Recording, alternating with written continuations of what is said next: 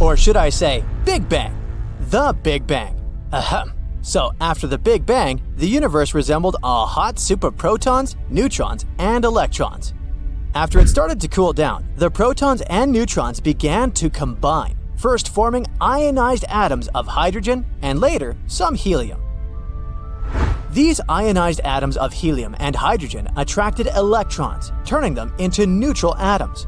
As a result, the light was able to travel freely for the first time ever, since it was no longer scattering off free electrons.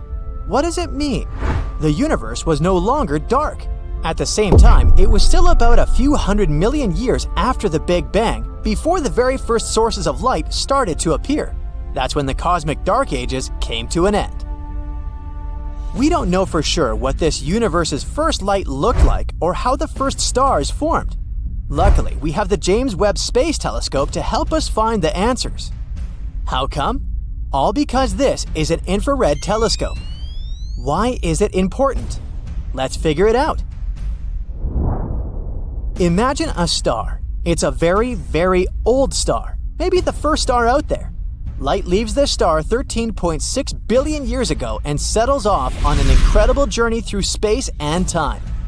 It needs to get to our telescopes.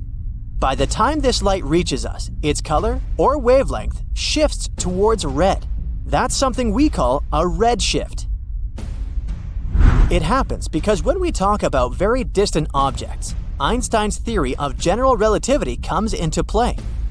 According to it, the expansion of the universe also means that the space between objects stretches, making them move away from one another. But that's not all. Light stretches too, which shifts it to longer wavelengths. Eventually, this light reaches us as infrared. In other words, redshift means that light that is originally emitted by the first stars or galaxies as ultraviolet or visible light gets shifted to redder wavelengths by the time we catch a glimpse of it here and now. For the farthest objects with very high redshift, that bare minimum of visible light is shifted into the near and mid-infrared part of the electromagnetic spectrum. That's why to see those space objects, we need a super powerful telescope. And if we talk about the Webb telescope, it can see back to about 100 million to 250 million years after the Big Bang, which is incredibly awesome. So by observing the universe at infrared wavelength, James Webb lets us see things no other telescope has ever shown before. The primary goal of this incredible piece of equipment is to study the formation of galaxies and stars that formed in the early universe. To look that far back in time, we need to look deeper into space. All because it takes light time to travel back from there to us.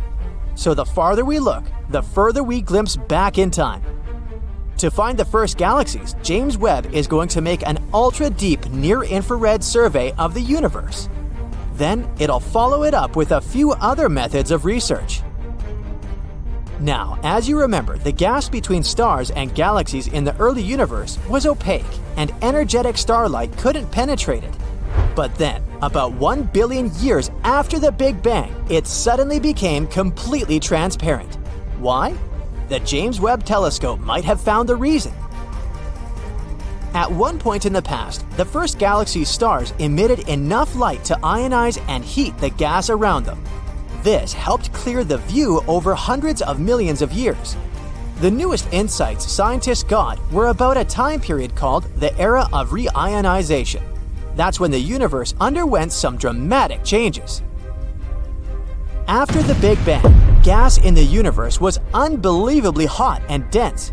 Hundreds of millions of years passed, and it cooled down. But then, something baffling happened. It was as if the universe hit the repeat button, and the gas became ionized and hot once again. It could have happened because of the formation of early stars. After that, millions of years later, this concoction became transparent. For a long time, researchers have been hoping to find definite evidence that could explain these changes. And now, the telescope has finally shown that those transparent regions are located around galaxies.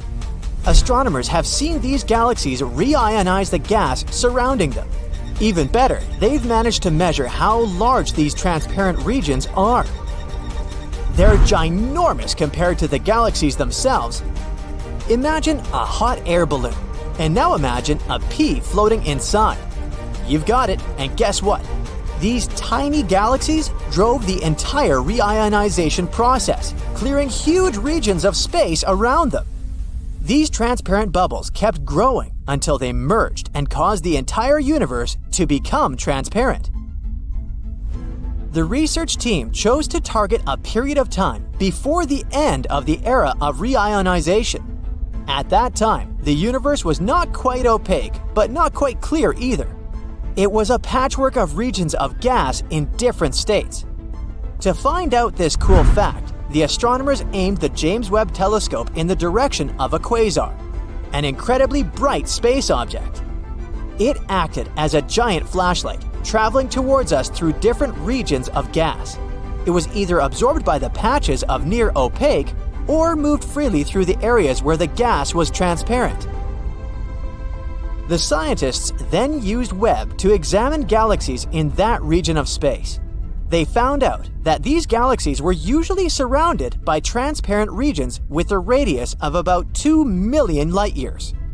For comparison, the area the galaxies cleared was almost the same distance as the space between our home Milky Way galaxy and our nearest neighbor, the Andromeda galaxy. And the telescope witnessed those galaxies in the process of clearing the space around them. It was the end of the era of reionization. Until then, no one had evidence of what caused reionization. The team is planning to dive into research about other galaxies in 5 additional fields. The Webb telescope's results from the first field have been overwhelmingly clear.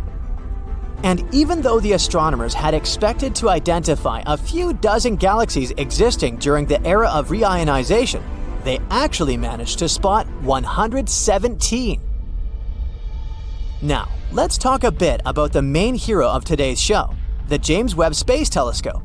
It's an absolutely stunning piece of equipment which is around 100 times more powerful than the Hubble Space Telescope. And the latter has observed places that are 13.4 billion light-years away. The James Webb Telescope is also on the pricey side, to put it mildly.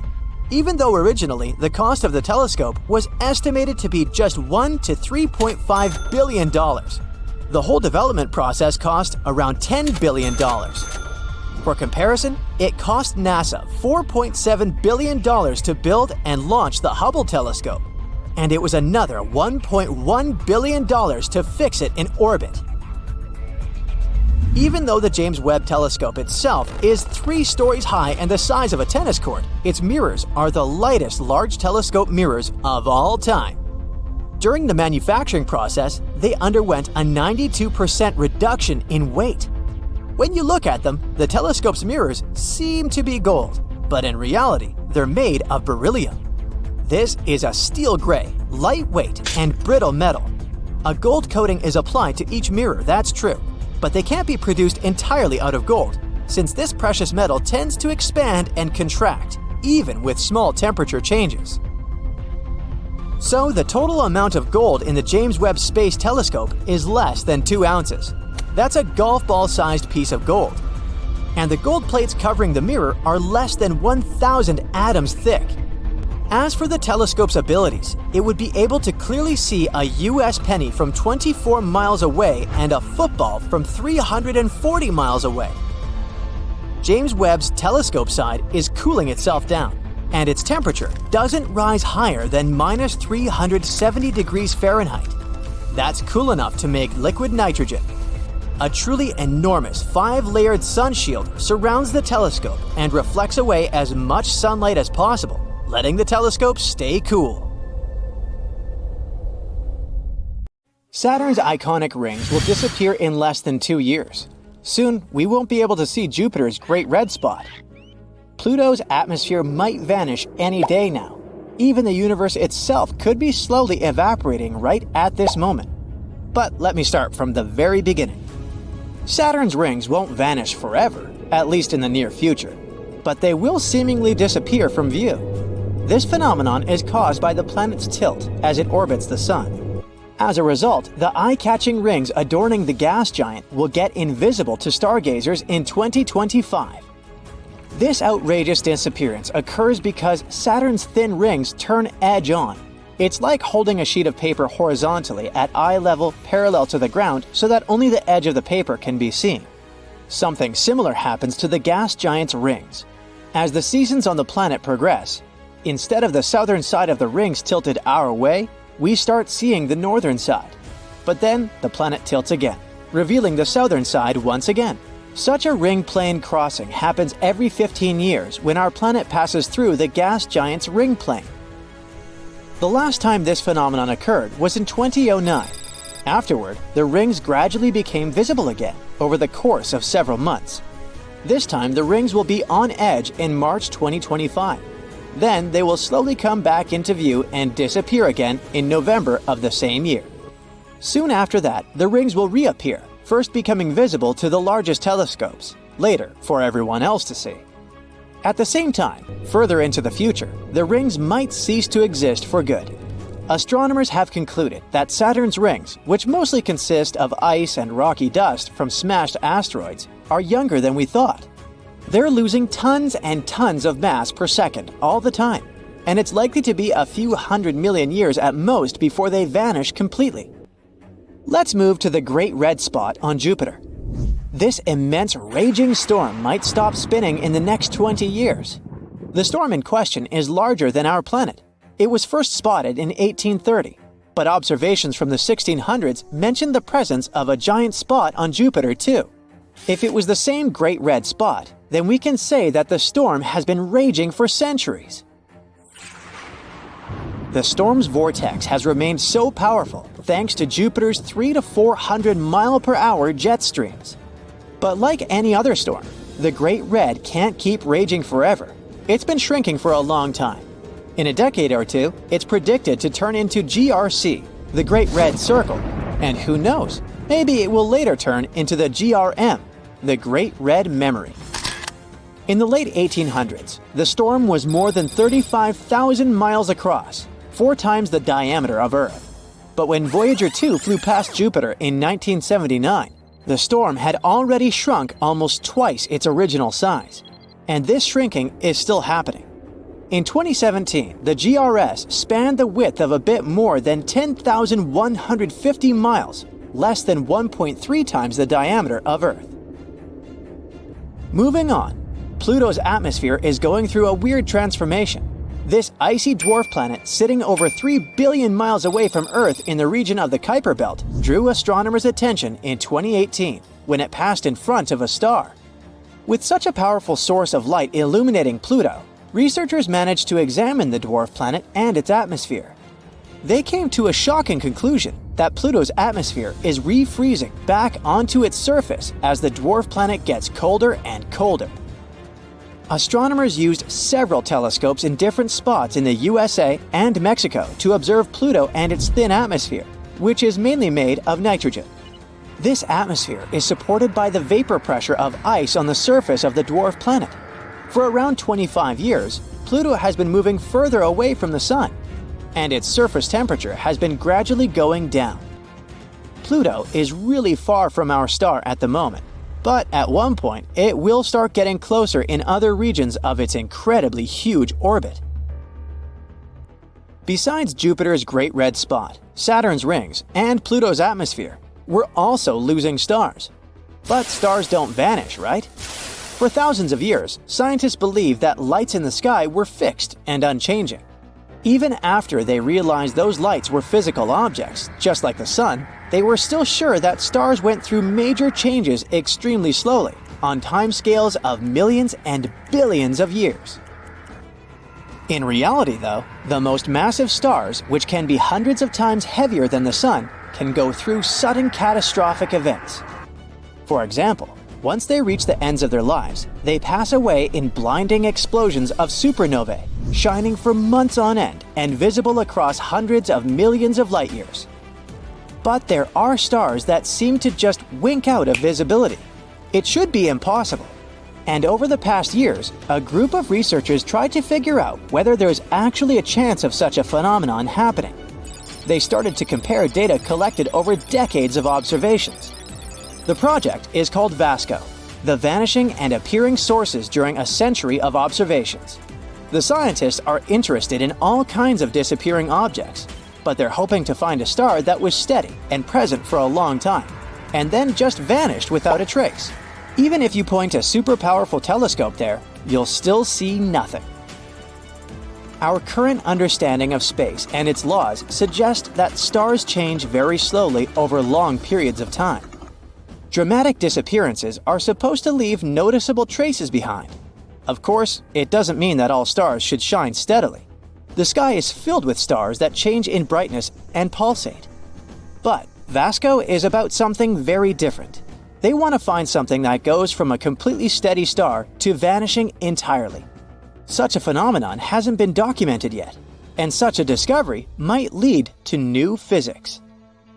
And now, let's move on to the most disturbing part, the one about the evaporating universe.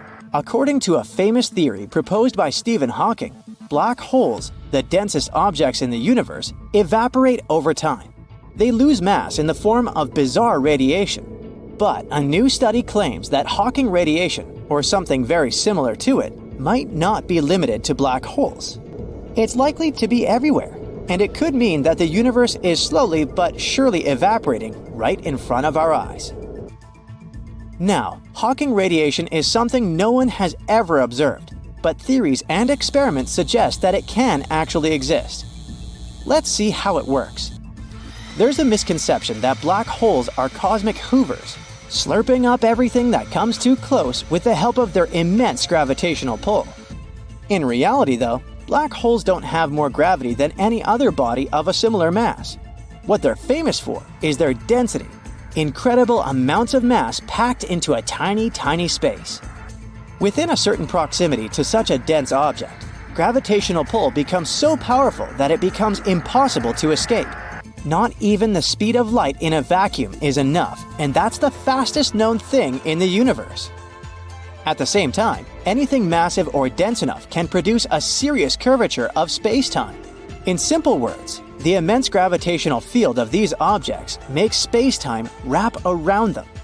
Even though black holes are the most extreme example, space-time also curves around other super-dense objects, like white dwarfs, and neutron stars or galaxy clusters. It means that any super-dense and supermassive object can have some sort of radiation similar to Hawking radiation. And after a very, very long period of time, it could lead to everything in the universe evaporating, following the fate of old supermassive black holes. If it turns out to be true, it will change our understanding not only of Hawking radiation, but also our view of the universe and its and our future. Psst, a giant is hiding in the sky. Kipu is the biggest thing we've ever found in the nearby universe. It's been messing with our understanding of the universe for years, and we've just discovered it. Kipu is dense, powerful, and dangerous to ignore. If we don't understand structures like this, we might be reading the universe completely wrong. So, what exactly is it? It's not a solid object like a planet or a star, and it's not a single thing. It's a superstructure, basically an entire region of the universe, a tangled mess of matter spanning a huge amount of space stitched together by gravity. Kipu is made up of an enormous web of galaxies, galaxy clusters or giant groups of galaxies, gas and dark matter. It's like a superhighway, with galaxy clusters being the cities, filaments being the roads, and dark matter being the invisible infrastructure holding it all together. This giant stretches across 1.3 billion light-years. That means if you traveled at the speed of light, it would still take you 1,003,000,000 years just to cross it. Kipu also holds 200 quadrillion solar masses, even though it only takes up 13% of the observable universe. The name Kipu comes from the Incan system of knotted cords used to record things, called quipus. It was like a writing system. In that system, each knot, color, and twist told a story, numbers, taxes, harvests, and so on.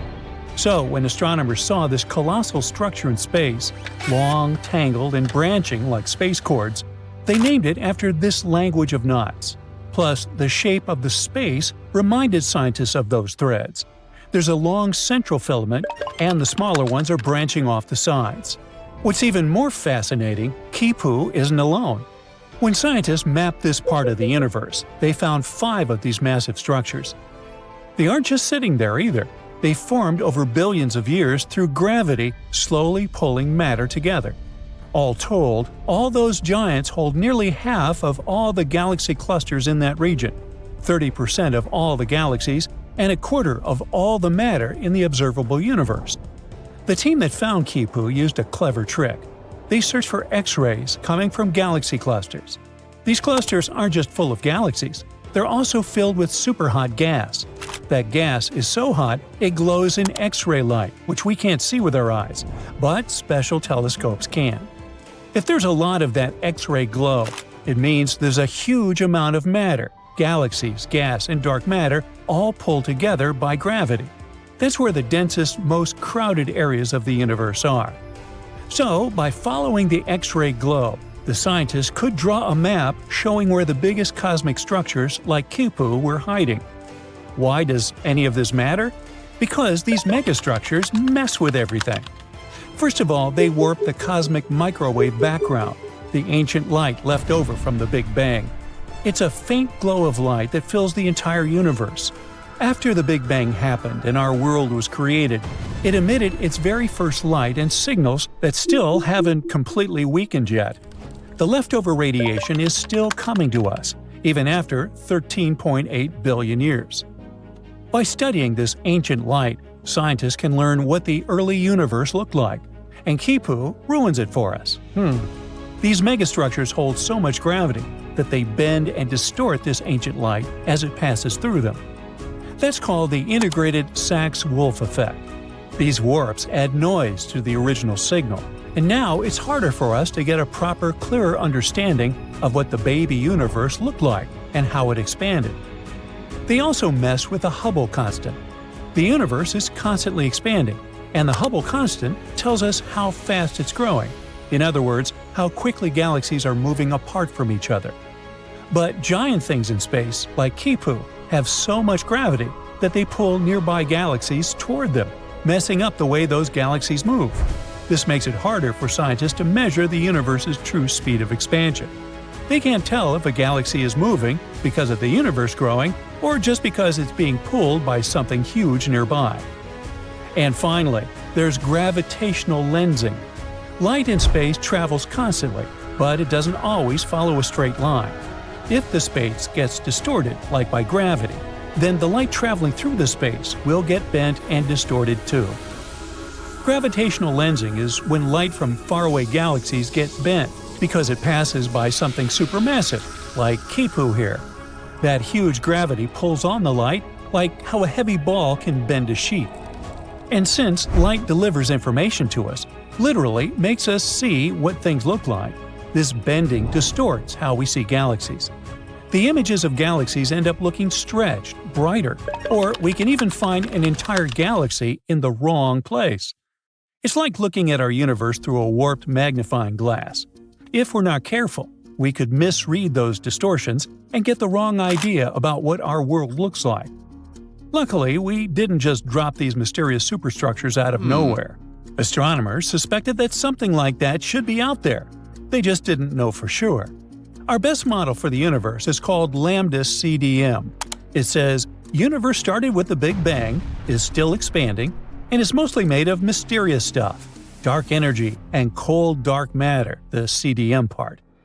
We can't see or touch these things, but we know they exist, because if they didn't, our universe would literally break apart. This model matches what we do see, like galaxies forming, how stars move, and the overall shape of the universe. So even if some puzzle pieces by themselves are still a mystery, they match the actual picture. And this model actually predicted things like Quipu. When scientists ran simulations using that model, they saw similar structures forming, giant cosmic webs of galaxies tied together by gravity. Quipu matched those predictions in real life. This also means that Lambda CDM is matching real life once again, thank heavens. No huge surprises here. But now that we actually found it, It's the largest known structure in the observable universe. There was another giant before Qipu, the Sloan Great Wall. That one was discovered in 2003 and was believed to be one of the largest structures ever found. And it's still an absolute monster. The Sloan Great Wall stretches over 1 billion light-years across. It's called a wall, but it's not like a wall you'd find on Earth. It's also a vast cosmic web, made up of thousands of galaxies and gas connected by dark matter. What makes both Qipu and the Sloan Great Wall so surprising is that they literally seem too big to exist. According to the Lambda CDM model, structures that huge shouldn't be common, especially at the time they formed. How did these giants form so fast in a universe that's supposed to be growing, expanding, and smoothing over time? And if we keep finding more of them, that would be completely insane. It could mean there's something deeper going on in the way our world is built. It's all part of our crazy Copernican journey, a long series of discoveries where we just keep getting humbled by the universe. Every time we find something like this, we realize even more how we're not the center of everything. First, we learned the Earth wasn't the center of the solar system. Then we found that the solar system is just one speck in a galaxy. Now, even galaxy superclusters, which we believe to be the biggest, are being dwarfed by structures like Qipu and the Sloan Great Wall. But also, these structures won't last forever. Qipu is temporary. Over billions of years, gravity will tear it apart, breaking it into smaller pieces. Some parts will collapse into tighter clusters, others will drift apart. Right now, though, it's one of the most important structures in the known universe. It shapes how galaxies form. It bends light, making it super important for us to decipher. It literally messes with our understanding of the cosmos. TRES-2b, or not to be, is a planet where night never ends. And it's not your regular night with stars shining in the beautiful skies. Here it's pitch dark and scorching hot. TRES-2b is a gas giant, roughly 1.5 times more massive than Jupiter, and its surface absorbs light better than charcoal. It might also have a faint dark red glow because of its burning air, which is as hot as fresh lava. Lovely. In the star system of 55 Cancri, there are 5 planets, 4 of which are gas giants similar to Jupiter and Saturn. But the 5th one, or rather the first because it's closest to the star, is different in a most horrible way. 55 Cancri e is so close to its sun that half the planet's surface is a literal ocean of molten lava. The other half is in eternal darkness because it never sees the sun. The planet is always turned to its star on one side. And between the scorching and the dark, there's the twilight zone, a thin strip of gloomy nothingness. That's a getaway spot. HD 189377b, oh, I'm not going to say that again, is the only exoplanet in the orbit of its star. And at first glance, it looks quite pretty, blue and white swirls making up wondrous patterns on the surface. But these pleasant colors actually come from hard silicate particles in the planet's atmosphere, which means it rains glass here. But the worst is that winds reach the speed of 5,400 miles per hour, or almost Mach 7. Well, for comparison, the fastest wind speed on Earth was 254 miles per hour, over 20 times less. Thus, the glass falling from the sky travels horizontally at hypersonic speeds, shredding everything in its path. Better duck. The next system, whose name I won't even try to pronounce, this one, has 3 exoplanets, which are all being slowly destroyed by their own star. It happens because that star is not a regular. It's a pulsar, a rapidly spinning core of an exploded star. It creates powerful electromagnetic pulses in several directions while rotating at several thousand times per second. As a result, the planets orbiting this deceased star are slowly being eaten away and will eventually disappear entirely. Kepler-70, hey, I can say that one, is a hot blue dwarf star that exploded into a red giant some 18 million years ago. At the time, it was orbited by at least 2 planets, the closer of which was a Jupiter-like gas giant. Its name was Kepler-70b, and it still exists, But the overgrown star consumed it and transformed it into a blazing hot rocky world. Right now, it's one of the hottest planets ever discovered. Its temperature is higher than the surface of our Sun.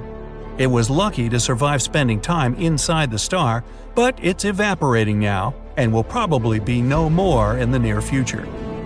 WASP 12b is one of the weirdest and saddest planets out there. The enormous gravity of its star, combined with the planets consisting mostly of gas, result in the star slowly devouring its protege. So pal, what's eating you? My mother. WASP 12b has already taken the form of an egg, stretched toward its merciless sun, and it's unable to do anything with its condition. In another 10 million years, the planet will inevitably succumb to the voracious star's appetite. Hey, you asked. If you ever wondered what it's like to walk on ice and hot coals at the same time, Gliese 436b is a planet that would give you a vivid example.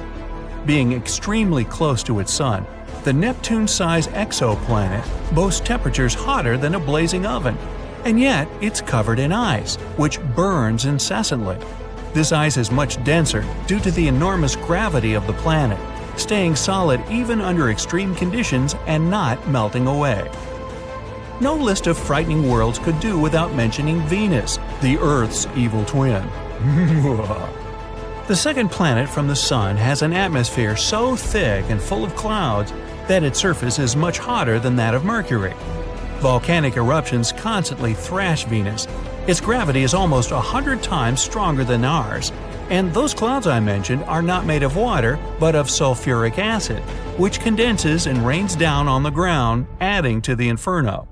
But even if you were brave, or crazy, enough to try to pass through these clouds, you probably couldn't. The winds up there are as strong as some of the most powerful hurricanes back on Earth. Here we have a very long name for a very, very cold planet. Although the host star is not too far away, it's a small and rather cool red dwarf, whose light and heat barely even reach the planet. The temperatures out there fall as low as minus 370 degrees, which is only marginally warmer than absolute zero. The exoplanet is thus dark, gloomy, and covered in eternal ice that never thaws. I thought I thaw that thumbworth.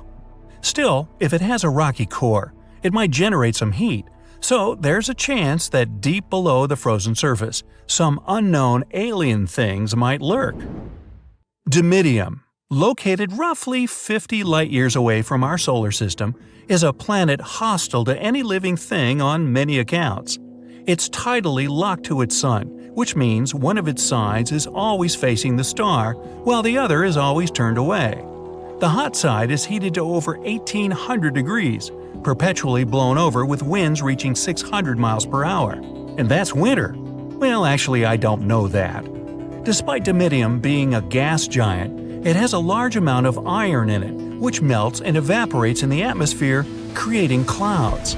And when those cool down, they fall on the surface in the infernal rain of molten iron. That'll test your mettle. Oxygen is usually viewed as an element that might bring life to a planet, but this is definitely not the case for Osiris. Scientists were shocked to find oxygen on this planet, or rather around it, because it's 8 times closer to its star than Mercury is to the Sun. This extreme distance makes Osiris a living melting pot, where anything that could burn will. It's also responsible for a very short orbit of the planet around the star. A year on Osiris is just 3.5 days on Earth. To boot, the atmosphere of the planet is constantly blown and melted away by the heat from its sun. Vacation? Nah, let's keep looking. Karat Exo 3b is neither as hot nor as cold as some of the others on this list, but it's terrifying in its own more insidious way. It's a gas giant similar in size to Jupiter, yet 20 times denser. This makes this exoplanet's gravity weigh down on everything on its surface 50 times more than it would on Earth. Stepping on it would be your ultimate doom, because you'd be immediately crushed by the density of its atmosphere. Karat 7b is another oven-like world. Its day-to-day temperature is over 4,000 degrees. Combined with the rocky surface, it presents an infernal landscape. The rocks on the ground bubble and boil, evaporating in the atmosphere, where they cool down and eventually fall back on the surface in a brimstone rain. The saddest thing about Karat 7b is that it might have once been a gas giant whose atmosphere melted away from the heat, leaving only the scorched core. During the recent years, scientists made 2 breakthrough discoveries about our universe. Thanks to new technologies, we've looked into the distant past. And we've learned something that can change our understanding of the universe forever. What are these discoveries and what do they mean to us? Let's find out. Recently, we unveiled the first color image from the James Webb Space Telescope. It's a mind-bending photo capturing thousands of ancient galaxies. This oldest documented light in the history of the universe dates back over 13 billion years. That's just 600 million years after the Big Bang. It's like getting a sneak peek into the universe's baby album. But that was just the beginning. Astronomers were expecting to see some tiny young galaxies. But what they found was a real surprise. Impossibly early, impossibly massive, and all that from just a tiny red dot. The lead author of the study, Ivo Labe, was working at the computer as usual, and suddenly he got 2 numbers. Age, 13 billion years. Weight, 100 billion stars. When he realized what that meant, he nearly spit out his coffee. But that red dot was just the beginning. The next day they found 5 more galaxies just like this. Turns out, these 6 massive galaxies are as old as the Milky Way itself. The entire research team was in disbelief. They were like, wait, what? These guys couldn't be that mature so early in time. Did we make a mistake? But nope. The James Webb Space Telescope, the new cool guy on the space block, just has some serious skills. It can see through dust clouds with its infrared vision and spot galaxies that were previously invisible. Move over Hubble. There's a new stargazer in town. But why is it shaking things up so much? Because this discovery affects our understanding of how galaxies formed. Let's try to explain. A long time ago, 13.8 billion years ago to be precise, our universe was born. It was chilling out for a while, and then it started to form the first galaxies. And these galaxies were full of gas and dust. Eventually, this gas started turning into stars. Some galaxies were more massive and had more stars, and some were lighter and had almost no stars at all. In any case, they all grew gradually. The stars in them were born slowly and smoothly. That's how our current models explain this. But these new observations from the James Webb Space Telescope show an unexpected surprise. Looks like, even in the early universe, our ancient friends had lots of stars. More than what we would ever expect. If that's the case, then these galaxies are like the overachievers of the universe. They skipped the small and gradual growth phase and went straight to being giant universe breakers. According to our current cosmological model, they shouldn't even exist. But they do, so it looks like after the Big Bang, the stars were forming much faster than we thought. Which is pretty weird. This could mean that there's something missing in our understanding of the galaxy formation. As you can see, these universe breakers are really living up to their name, causing a potential total consensus among scientists. The universe was like, hey, I'm about to flip cosmology models upside down. But let's not jump to conclusions. There are many theories that could explain these mind-boggling discoveries without breaking the standard model. For example, maybe the light we're seeing isn't coming from stars at all, but from the swirling disks of doom around supermassive black holes. These colossal cosmic beasts can gobble up matter and spit out a dazzling light show. And James Webb Telescope's keen eye is picking up on these enigmatic accretion disks like never before. Or maybe these galaxies could be playing hide and seek with us. Maybe there's more to the story that we haven't seen yet. After all, the universe is vast and mysterious, and we've only just begun to scratch the surface. And whoa, we really need to slow down here. Before we even try to explain all this stuff, we need to confirm whether these ancient galaxies really are that old. Although even if they're actually just supermassive black holes, it still shows an astounding change. We'll have to wait about a year to find out. One thing's for sure, the James Webb Space Telescope has definitely taught us a valuable lesson. Expect the unexpected. And this is just the beginning of unexpected. Ivo Labe's team wasn't the only one who made such a huge breakthrough. There's also a team that claims that they've unlocked the secrets of the universe's past, and that's worth 2 Nobel Prizes. Move over James Webb Space Telescope, because this discovery came from an antenna that's smaller than a fridge and costs less than $5 million. Talk about space bargain hunting! The astronomers caught this signal that showed some surprises. It was coming from the earliest stars of our universe, back in the days when they were just beginning to twinkle. Say hi to our celestial ancestors again. Now, the signal was pretty weird. The temperatures were unusually low, and there was a pronounced wave that left astronomers scratching their heads. What could be causing all this? Well, there's a theory. Dark matter may have been at work, and if that's the case, then we can really be on the verge of a great discovery. Imagine you're looking at the night sky filled with stars, but there's something else there that you can't see. It's like an invisible cloak that covers the entire universe. Scientists call this mysterious stuff dark matter. Dark matter is like the ghost of our world. It doesn't emit, absorb, or reflect any light.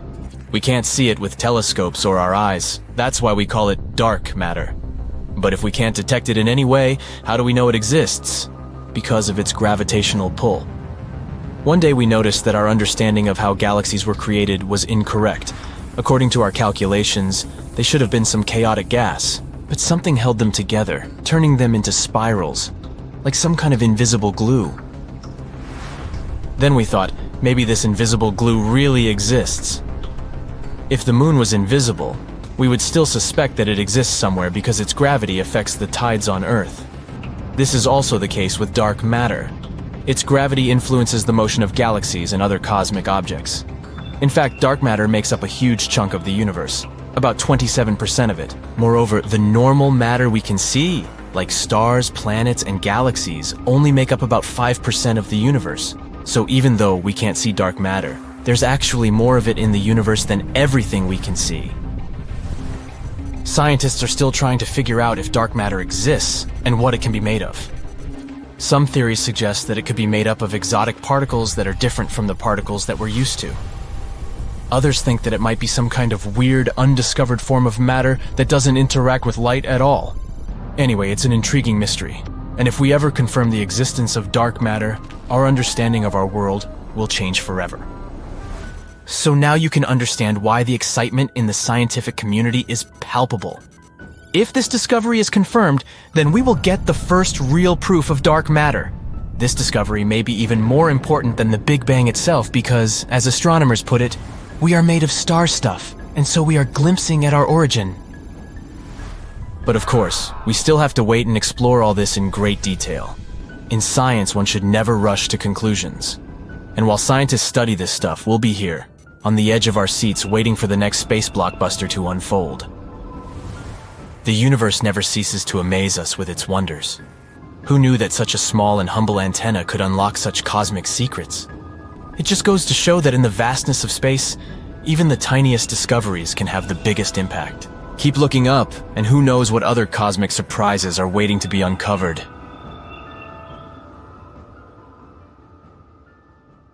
The search for ET is on. It's most definitely on. With the successful launch of the James Webb Telescope, the search for Earth-like planets has become a riveting topic of worldwide attention. Apart from the James Webb Telescope, other tools are being used to find good Earth-like candidates. The TESS satellite and the Kepler telescope are at the forefront of searching for other Earths. After we first clear the air of a few pesky philosophical questions, we'll take a close look at these two searches and what the James Webb Telescope hopes to find. So, why are we searching for Earth-like planets? Well, because we can. Incredible advances in Earthbound telescope technology have enabled ultra-precise observations of starlight, which led to the earliest discovery of exoplanets. As planets go around stars, there's a gravitational interaction between the planet and the star. They pull each other. The planet's pull upon the star will cause the starlight to wobble back and forth ever so slightly as the planet or planets orbit the star. This has always been the case, but the wobble of the starlight was never able to be detected because starlight always twinkles. You know, twinkle, twinkle, etc. Adaptive optics inside telescopes is the technological breakthrough that first enabled astronomers to find exoplanets by taking the twinkle out of starlight. Mechanical springs on the underside of telescope mirrors bend the mirrors ever so slightly to neutralize the distortion, the twinkle, caused by starlight passing through Earth's atmosphere. Without the glimmer of starlight, the slight wobble caused by planets pulling gravitationally on the stars is observable. The bigger the wobble, the more planets. It's called the astrometric method of exoplanet detection. Isn't that a mouthful? Whole star systems and literally thousands of exoplanets were inferred to exist around nearby stars by analyzing the wobbly patterns of starlight. But the planets themselves could not be seen. Suddenly, our solar system was not unique anymore. Astronomers got giddy over the inescapable conclusion that probably every star had planets. It became impossible not to ask the poignant question, is the Earth unique, or are there other Earths? What's the big deal about finding Earth-like planets anyways? Well, considering all the financial resources the developed countries are spending on finding Earth-like planets, it can be said without a doubt that it's definitely a big deal. Including the launched James Webb Telescope, which cost $10 billion, the Kepler Space Telescope, which cost $550 million, and the TESS satellite, which cost $200 million. The investment in finding Earth-like planets is certainly eyebrow-raising. Now, if you keep in mind that these costs are just for the hardware, and to get a sketch of the full magnitude of the search, you must also include the salaries of a team of data miners, PhD analysts, and postgrads all across the globe in universities, national space agencies, and private institutions. We will conclude that finding another Earth is truly an immense undertaking. Now, suppose we find one. Then Earth is not alone anymore. It's not that we can actually go to any of these planets anytime soon. Interstellar travel requires some breakthroughs in physics and technology, and, well, we aren't there yet. But knowing that there are planets out there in the Milky Way that are like Earth in all the essential respects, like liquid water, oxygen, and habitability, will make space less foreboding, more welcoming, more exciting to study and explore. It may also give us some more pride in our home planet and make us all better Earthlings. The triple mission looking for other Earths, the Kepler telescope, the TESS satellite, and the James Webb telescope use distinct approaches to find exoplanets. And the synonym TESS tells us what that method is. The T stands for transiting, and that's the key to the whole exoplanet search. E stands for, you guessed it, exoplanets, the target of the excellent investigation of another Earth. S stands for survey, because TESS looks at hundreds of thousands of nearby stars. And S stands for satellite, because TESS is orbiting Earth, unlike the James Webb Space Telescope, which will orbit the Sun. When a planet passes in front of a star, that is called a transit. The planet will block some of the light coming from the star. This decrease or dimming of the star can be measured. The dimming of starlight tells lots of things about the planet. By knowing how bright the star is and how much the star's light was dimmed by a transition in front of the star, we can tell how giant the planet is or how close it is. But we won't know which. Is it big or is it close? Until the planet's orbit is also timed. It means our TESS satellite must take long-duration videos of the stars. Ooh, video of the stars. Hollywood should like that. The TESS satellite doesn't have a telescope. It uses 4 CCD cameras to stream live long-duration videos of as many stars as possible, hundreds of thousands of stars. Why so many? Well, because for a transit of a planet to be observed, it must pass directly between the TESS satellite's cameras and the star. If the planet is not on the exact line-of-sight angle between the star and TESS's cameras, it cannot be seen because it will not cut off any starlights. Planetary transits are rare. For example, Venus passes across Earth's view of the Sun only every couple hundred years, yet TESS's cameras are seeing many planetary transits among the hundreds of thousands of stars it takes streaming long-duration videos of, and you know what that means. It means there must be hundreds or thousands of times more planets than are observed by the transiting method. It is, therefore, an inescapable conclusion that every star has planets. Planets are everywhere. And now, the James Webb Space Telescope, with its giant 21-foot, 4-inch-wide mirror, is entering the search. It is a technological marvel, a wonder of the modern world, a miracle of advanced engineering. Anticipation is reaching a fever pitch. But with the heightened anticipation comes an almost equal amount of trepidation. And some things can still go wrong before the James Webb Space Telescope returns its first pictures. After the Hubble Space Telescope, for example, was launched in 1990, a repair mission had to be launched in 1993. The mirror on the Hubble was not very well inspected, and its pictures were very blurry. Astronauts had to go up and execute a spectacular spacewalk to fix the mirror. After the fix, the pictures Hubble sent back were more precise than it was ever designed for. This is how an improved model appeared. That cannot happen with the James Webb Telescope. The Hubble orbits the Earth and is accessible to astronauts. The James Webb Space Telescope orbits the Sun and is well beyond the Moon, out of the reach of astronauts, because there is no spacecraft equipped to carry him there. It cannot be manually fixed if something goes wrong. Adding to the challenges, the James Webb Space Telescope has only one onboard camera to inspect any damage it may suffer or mechanical malfunctions that might develop in the harsh environment of interplanetary space. Any remote fixes will need to be done blind from Earth. The James Webb Space Telescope is now fully deployed. The 18 mirror segments will need to be aligned to produce a single image. This critically important process will take several months to complete once the telescope is fully deployed. 70 of the first 286 observation assignments of the telescope target exoplanets. Using data from previous exoplanet searches, it will not have to waste time searching for exoplanets.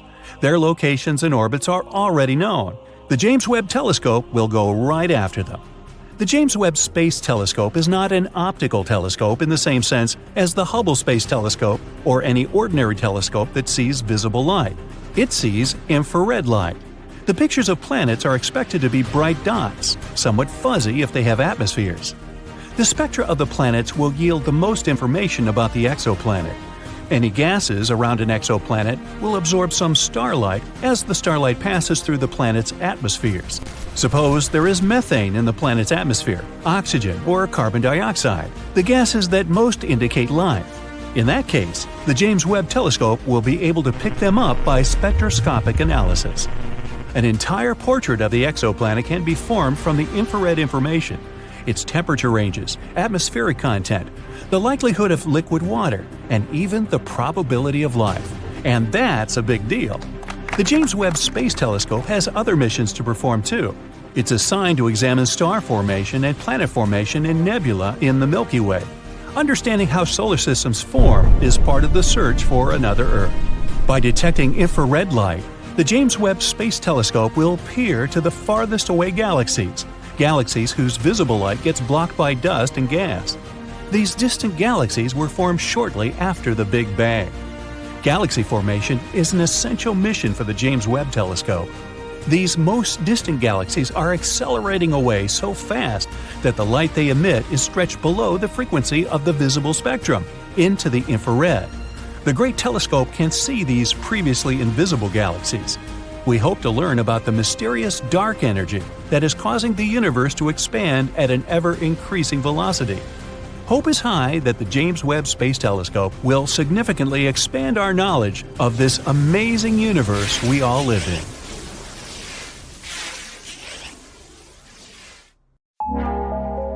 You're gazing up at the night sky.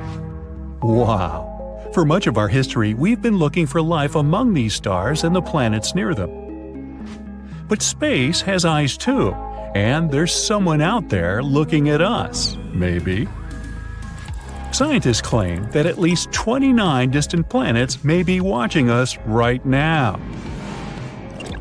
So comb your hair and smile. We've so far identified at least 1,715 neighboring star systems in the Milky Way that can detect our planet with conventional telescopes.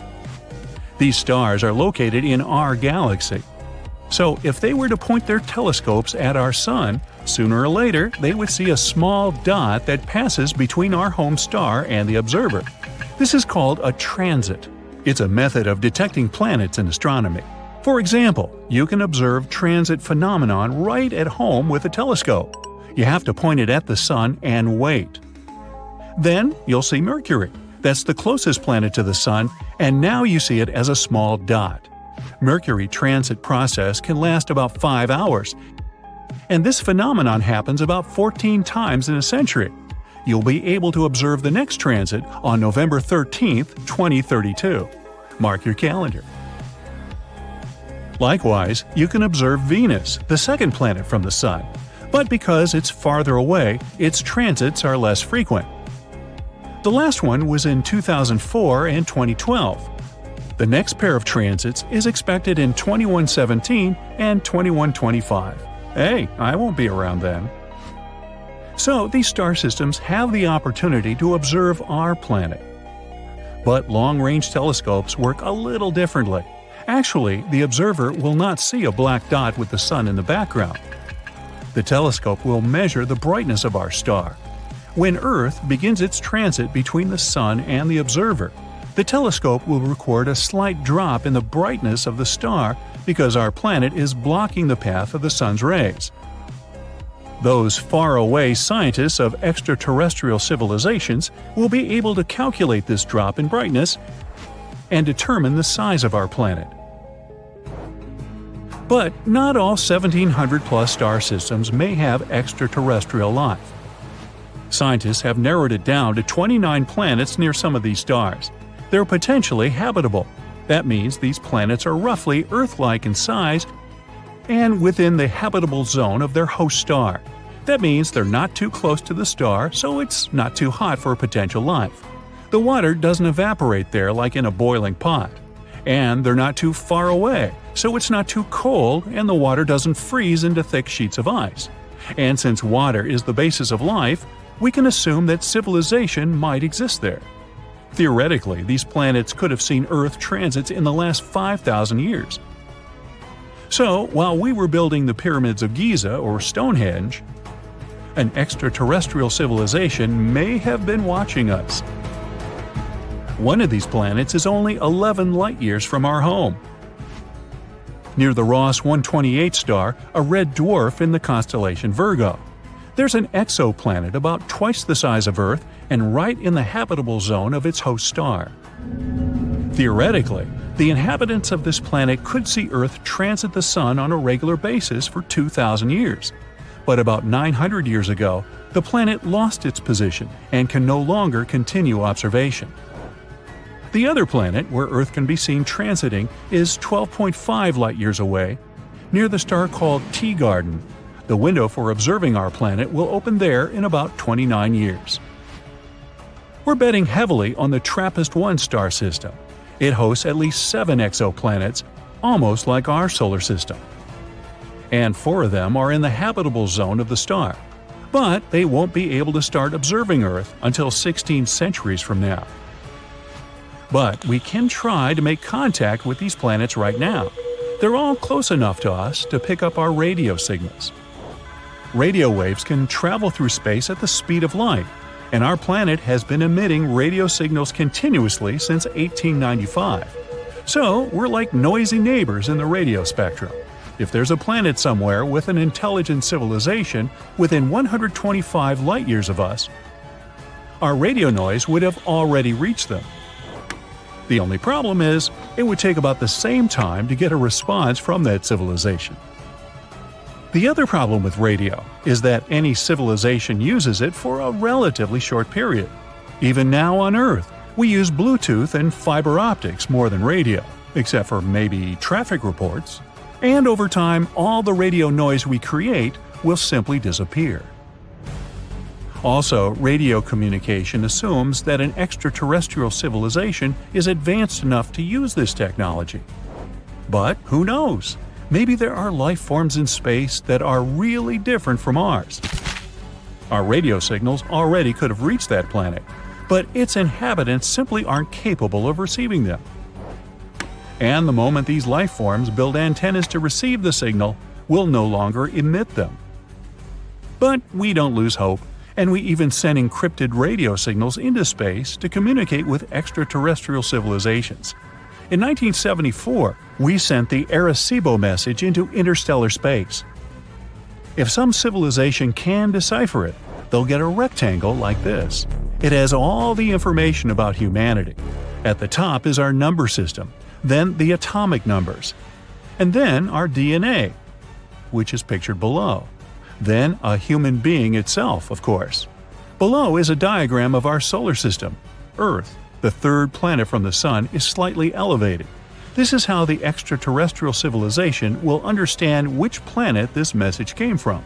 Below is a diagram of the Arecibo radio telescope itself. Another option how to deliver a message to a distant planet is to literally send a mail delivery there. It could be a space probe. And we've already done that. These are Voyagers 1 and 2. They were launched in 1977 and are still operational. In 2012, Voyager 1 became the first ever human-made object in interstellar space. It travels to distant stars and carries a message written on a golden record. The disk contains greetings in 55 Earth languages, a lot of music from different parts of our planet, different sounds like ocean noise, human voices, and animal sounds. In addition, there are 116 images on the record. These are pictures of people and earthly landscapes. In these pictures, there's information about the Sun and our DNA. The record case contains instructions and a needle to play the record. There's also a map of our galaxy's pulsars so that astronomers from an extraterrestrial civilization can find our solar system. The main disadvantage of sending a message this way is time.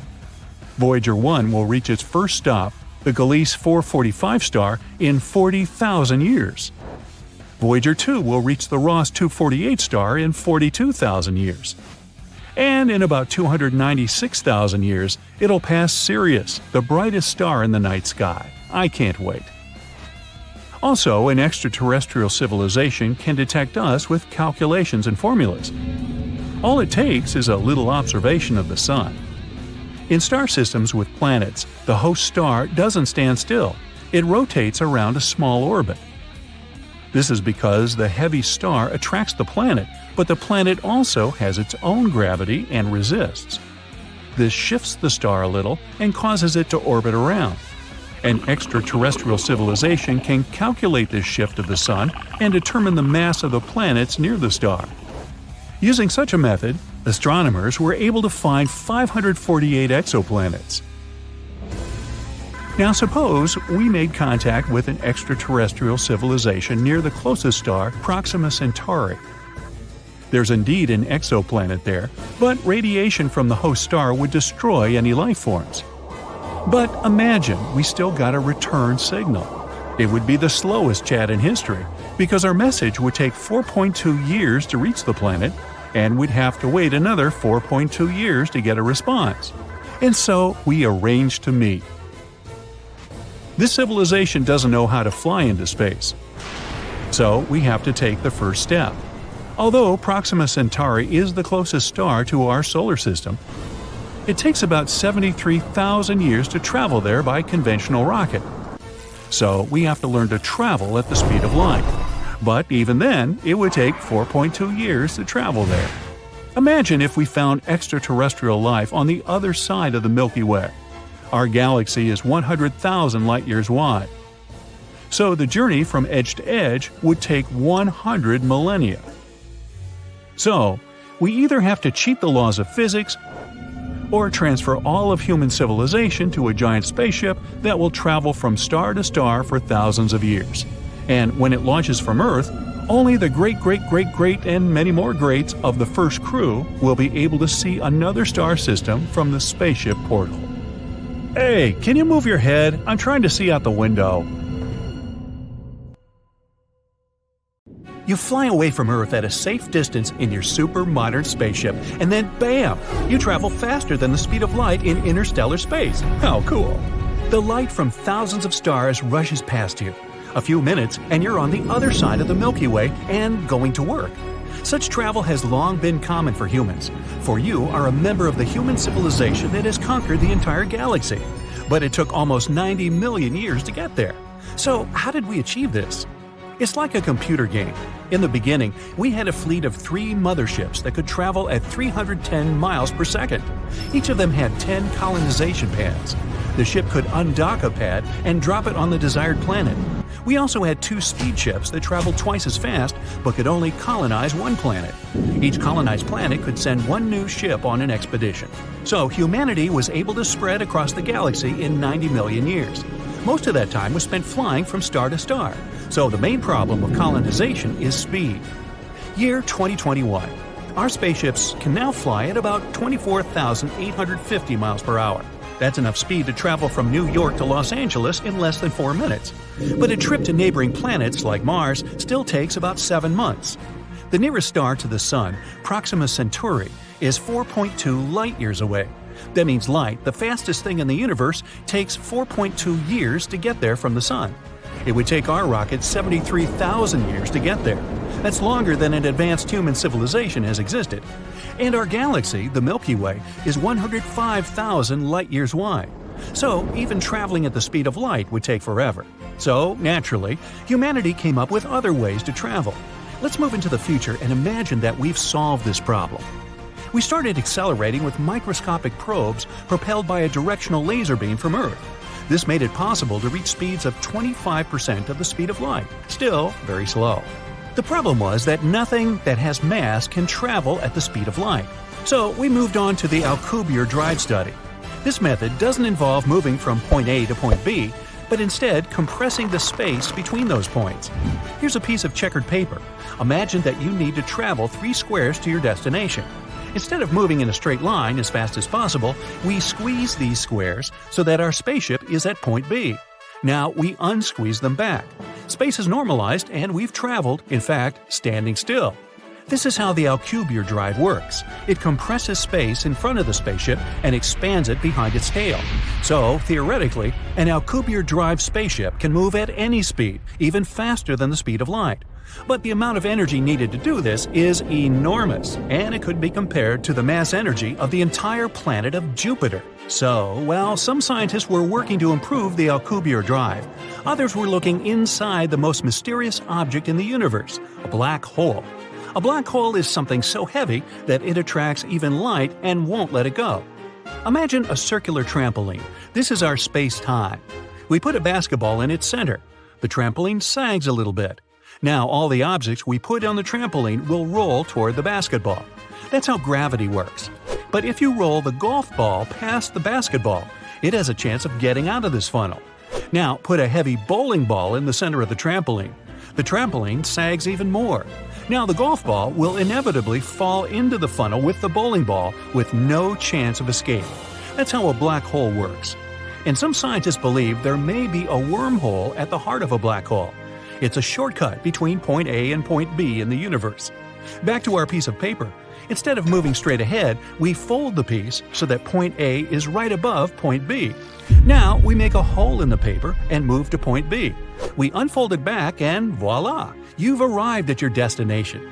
So there's a theory that if a spaceship enters the black hole's gravitational field and withstands the incredible stress there, it can exit to any other point in the universe which that wormhole led to. It might even be another galaxy, or even a parallel universe. Well, our research was successful, and now, looking at a map of the Milky Way, we can get to absolutely anywhere. All that remains is to choose the right place to colonize. There are about 1 billion stars. Around each of them are planets possibly suitable for life. So we need to narrow down the list. First, we look for relatively young stars, almost like our Sun. Near them, a human colony can potentially live for a long time. After that, when a star gets old, it begins to expand and turn red. In the last stages of its life, it can absorb all the planets around it and then explode with such force that the light from the explosion can be seen dozens of light years away. Secondly, the candidate for a human colony must be in the habitable zone of the star. It's a sweet spot, not too far away from and not too close to the star, so that it's not too cold or too hot there. In other words, water on the planet must exist in liquid form. Also, the candidate planet must have a solid surface so that we can live on it. Another important factor is the size of the planet. If it's too big, its gravitational force will press on us. It'll be harder for us to jump, walk, and lift weights on this planet because we're used to the Earth's gravity. But if the planet is too small, we'll feel like real strongmen there. We'll be able to jump high and lift large weights. But then our muscles will lose tone and our health will deteriorate. So we're looking for a planet about the size of Earth. Altogether, we have about 100,000 star systems that fit our parameters, so we start exploring and colonizing. And here's our first target. We've named this planet New Home. Clever. We fire up our faster-than-light engine, and bam, we're there. Even though this planet fits all our criteria, it's still hard to call this place home. Desert landscapes with lots of craters and canyons. We'll have to work hard to make this place look like Earth. The terraforming phase of the planet is about to begin. That means we're going to change the climate and the atmosphere here. We need about 78% nitrogen and 21% oxygen so we can breathe here without spacesuits. So we're launching air plants. Other plants will produce water. We're also building power plants and a plant to produce fuel for our spacecraft. Last but not least, food extraction. Once everything is ready, the colony here can exist on its own. And after several centuries, this planet will be developed and populated enough to send an expedition to colonize neighboring worlds. So, for many millions of years, humanity has been weaving its web in the Milky Way. From one planet to another, we've colonized our galaxy. Humanity is now not only multiplanetary, but also interstellar. The next goal is to make us an intergalactic species. Check out that buff dude over there with the orange skin. He's been chilling on Mars for a hot minute, which is why he looks like he used the wrong shade of self-tan. You see, all those carotenoids in carrots, sweet potatoes, bell peppers, tomatoes, and pumpkins are protecting him from those UV rays. The more he eats, the more orange he gets. And as for his sturdiness, it's all about that Martian gravity. The gravity here makes us perceive our weight differently. And if you want to be a boss on Mars, you gotta eat heavily. Like, if a person weighs 150 pounds on Earth, it feels like no more than 55 pounds on Mars. So, overeating can help shorten that gravity-to-weight gap. Mercury is a whole different thing. It's hotter than Georgia asphalt during the day, but colder than Elsa's castle at night. You gotta be made of metal, with a high melting point to be able to survive here. But for us regular humans, we'd be toast. Literally. Even though Mercury's the closest planet to the Sun, Venus is still the hottest one. Life on Venus, more like life on the Sun's evil twin. The temperature here typically hovers around 870 degrees Fahrenheit on average. Surviving at the boiling point of water, or in the extreme heat of Venus, is a challenge for most earthly species. Only a select few can endure boiling hot temperatures. Others rush to Starbucks to grab an iced latte with the first beams of the spring sun. So no human being can really evolve enough to survive on Venus. The only creatures that could thrive there are probably tardigrades and those weirdos who put hot sauce on everything. You wonder what tardigrades are? Well, those are minuscule and adorable caterpillar-like creatures that possess remarkable durability. They can endure boiling water, the depths of a sea trench, and the frigid, lightless void of space. Recently, tardigrades were included in a scientific study aboard a spacecraft that unfortunately crashed on the moon. Scientists speculate that the tardigrades may have survived the impact. Hey, would you like to turn into this creature and live on Venus? We're done with terrestrial planets. Let's move on to gas giants. Now look at this dude from Saturn. He's got flippers and not arms. He's got small holes with no external ear flaps instead of regular ears. Most of this gas giant is colder than your ex's heart, as the temperature is about minus 220 F. You can't walk on it, but you can turn into a snowball or an ice crystal if you're feeling frisky.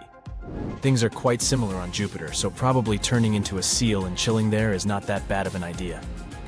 At least you can live there rent-free. And don't even get me started on Neptune and Uranus.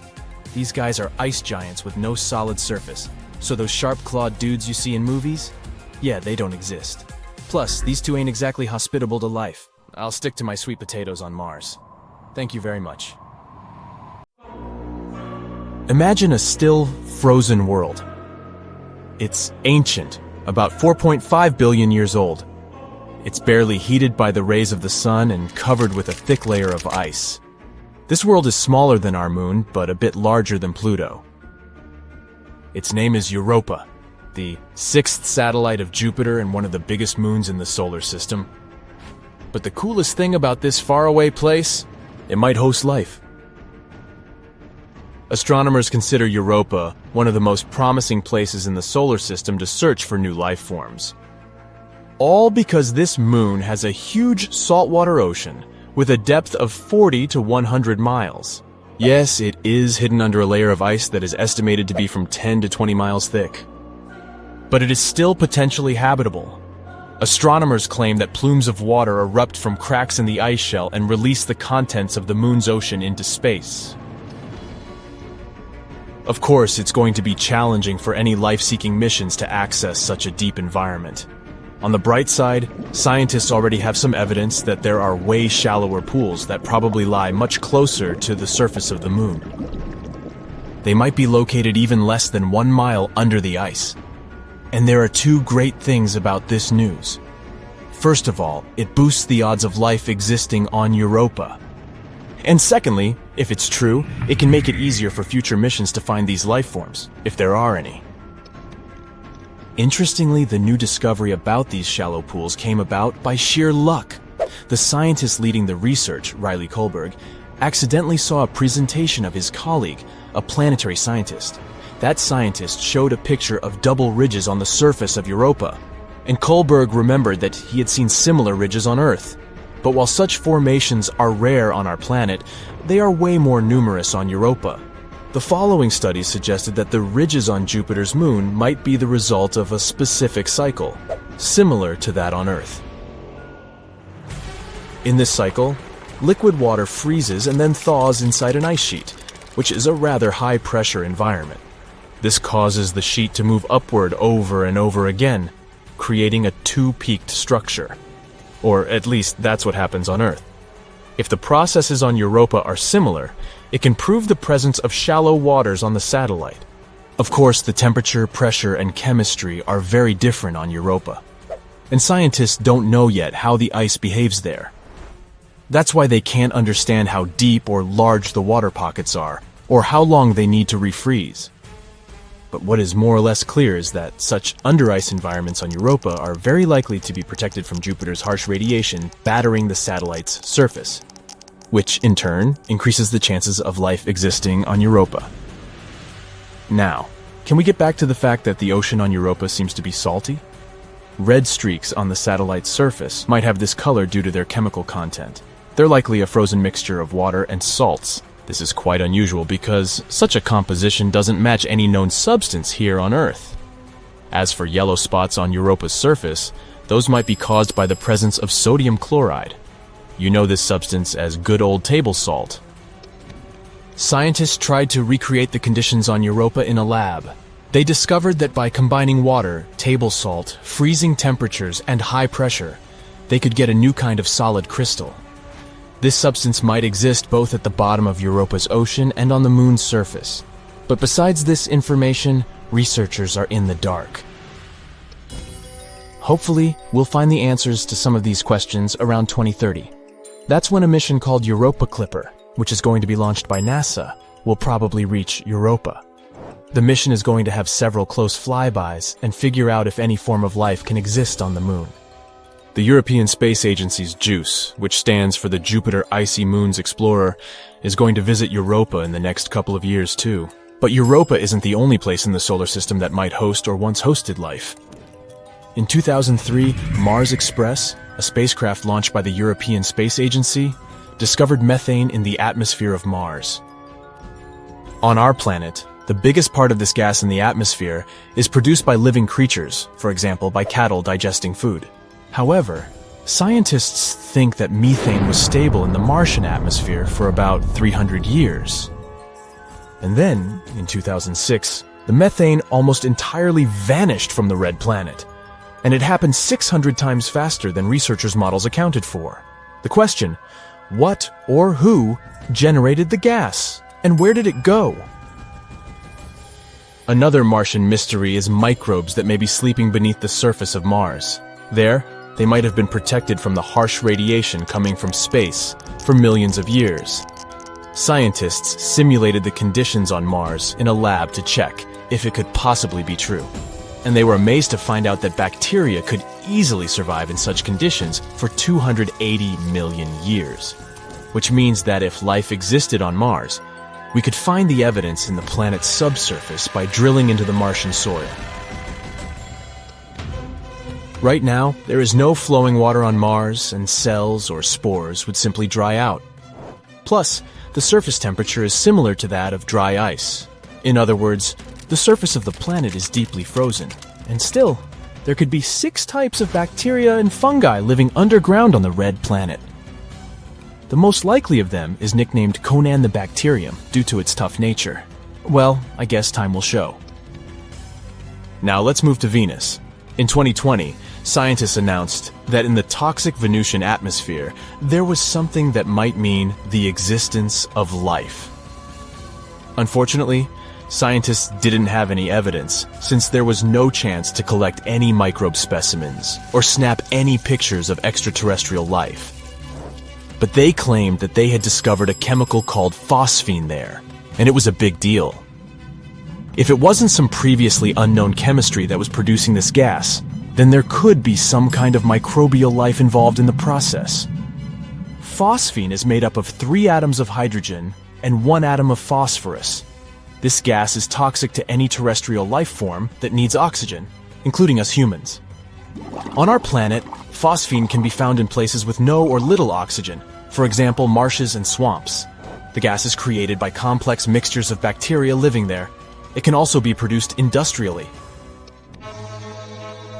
Come to think of it, phosphine isn't supposed to be in Venus's atmosphere altogether. This gas needs precise pressure and temperature and tons of hydrogen to form. It wouldn't be all that surprising to find it on Saturn or Jupiter, famous gas giants. But on Venus, totally unexpected. There's no way phosphine can be naturally produced on this planet. Tiny amounts of it can be created during volcanic eruptions, lightning storms, minerals blown up to the surface, or meteorites entering Venus's atmosphere, but not as much as astronomers thought they had observed. And it had to make scientists suspicious, but they were too happy about their discovery.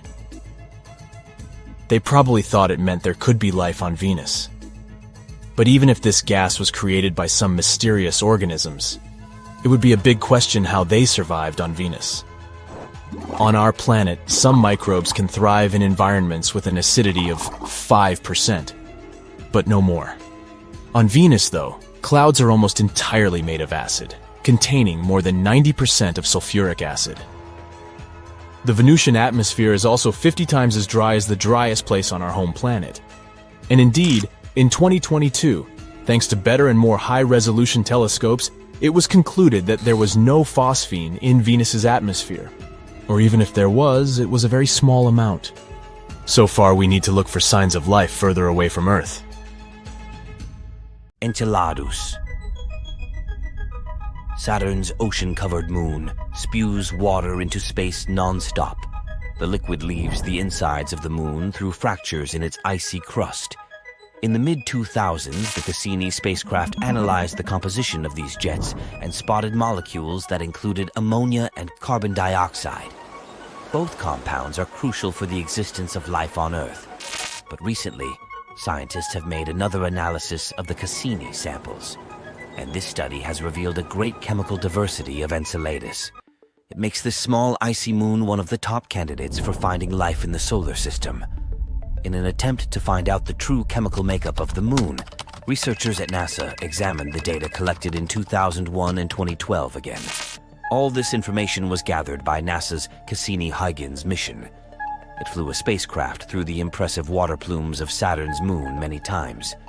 The samples were analyzed by a special instrument identifying compounds by their molecular weight. This instrument is called a mass spectrometer, and Cassini had one on board. The initial analysis showed that the jets contained 5 types of molecules: water, carbon dioxide, ammonia, methane, and molecular hydrogen. But later, experts spotted a few bigger and heavier compounds, including ethane and hydrogen cyanide, as well as traces of methanol.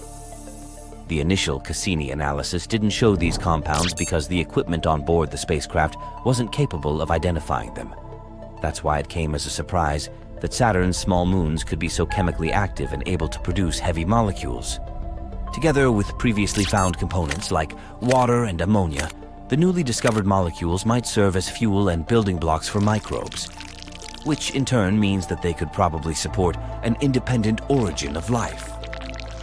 It's one of the reasons why, after the discovery of its oceans, Enceladus has been one of the main targets in the search for extraterrestrial life. The molecules might be mixing together through the hydrothermal activity on the moon's seafloor, creating a habitable environment where life could appear.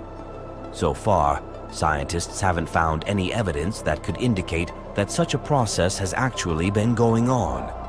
Plus, No one knows yet how the erupting water makes its way through the icy shell of the moon. Still, the most recent findings might help ongoing and planned missions exploring other ocean worlds similar to Enceladus. One of such worlds is Jupiter's watery moon Europa. This place is likely to have the same properties as Saturn's moon. Hopefully, we'll get the answers to these questions soon, with the help of the European Space Agency's Jupiter Icy Moons Explorer spacecraft. At the moment, it's on its way to the Jupiter system. But then another question might arise. If we found the conditions where life can originate and even thrive, can't this fact already be proof of the existence of extraterrestrial life? Doesn't it mean that life must be abundant in the universe? Then why haven't we come across other species yet? The answers to this paradox vary from optimistic to downright terrifying. It might be because we haven't been looking long enough, or maybe we haven't been emitting enough traceable signatures for other civilizations to find us, or perhaps no species have ever made it to the point where they could come into contact with other civilizations. There's also the frightening dark forest hypothesis. It's a theory claiming that loads of alien civilizations exist throughout the universe, but they are all silent and hostile. They try to maintain their undetectability for fear of getting destroyed by another unfriendly species. So, following this hypothesis, we can presume that any spacefaring civilization must view other intelligent forms of life as an inevitable threat, and the best course of action is to hide its existence altogether. This makes the cosmic electromagnetic spectrum eerily quiet, with no evidence of any intelligent extraterrestrial life. This way, the universe can be compared to a dark forest filled with armed hunters wandering among trees like ghosts. 2022 and 2023 have been landmark years for discovering new, fascinating worlds. Last year, NASA surpassed 5,000 confirmed exoplanets. The list is incredibly diverse.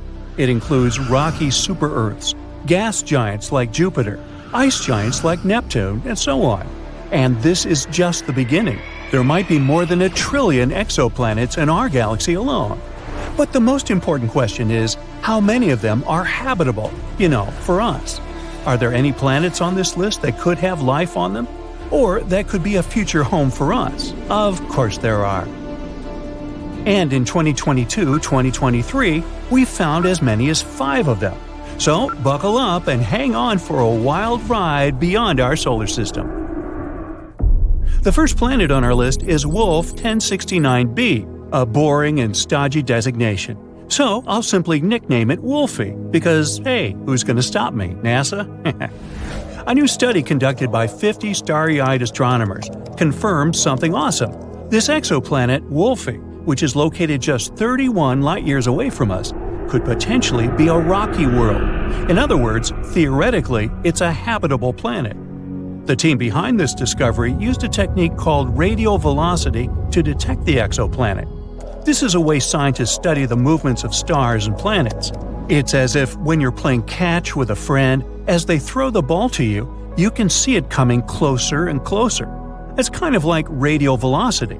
When a planet is moving towards us, it makes the star it orbits appear to be coming closer to us.